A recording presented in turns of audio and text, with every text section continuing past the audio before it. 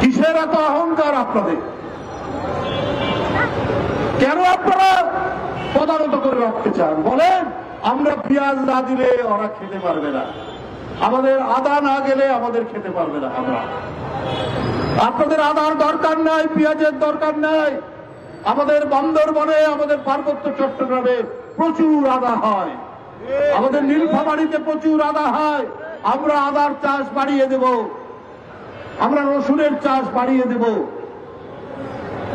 আপনাদের উপর আমরা মুখাপেক্ষী থাকবো এটা ভাবার কারণ নাই যে আপনারা আমাদের একটু দেবেন আর যা বলবেন তাই শুনতে হবে। ওইটা দুই একজন হাসিনার মতো লোক থাকতে পারে, কিন্তু কোটি কোটি বাংলাদেশের মানুষ এইটা করবে না।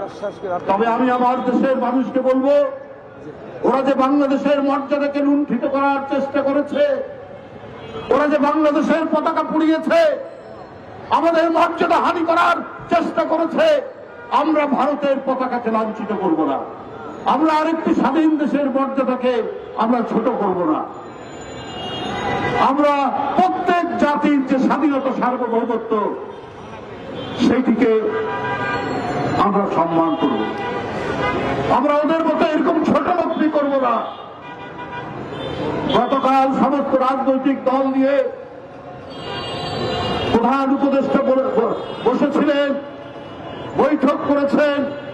আমরা জাতির সংকটকালে এইভাবেই আমরা ঐক্যবদ্ধ হব, এইভাবেই আমরা আগ্রাসন ঠেকাবো। আমি আবারও বলছি, বন্ধুরা আমার, যারা আমাদেরকে অপছন্দ করে, যারা শুধুমাত্র একজন ব্যক্তি, যে ব্যক্তি বাংলাদেশের মানুষের উপর অত্যাচার করেছে, নিপীড়ন করেছে, গুম করেছে, ছাত্র জনতাকে রক্তে, রাজপথে রক্তের বন্যা ভাসিয়ে দিয়েছে, সেই হাসিনাকে, সেই আপনার নিষ্ঠুর হাসিনাকে তারা পছন্দ করে, বাংলাদেশের মানুষকে পছন্দ করে না। বাংলাদেশ টিকে থাকুক এইটা চায় না। আজকে তারা নানা ধরনের উস্কানি দিচ্ছে বাংলাদেশে, মানুষের মধ্যে,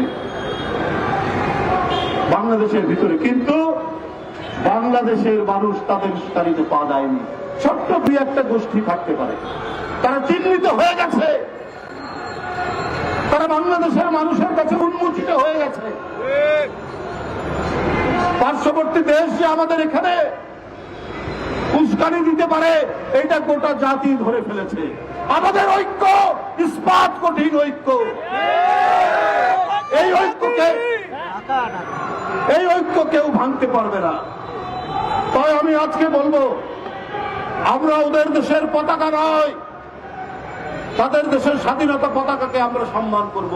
ওরা যদিও আমাদের পতাকাকে অসম্মান করেছে, কিন্তু আমরা ওদের পণ্য বর্জন করব। বন্ধুরা আমার,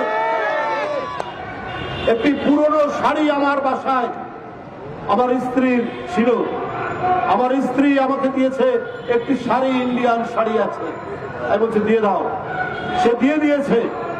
আমরা টাঙ্গাইলের শাড়ি পরবো, আমরা রাজশাহী সিল্ক পরবো, আমরা কুমিল্লার খদ্দর পরবো,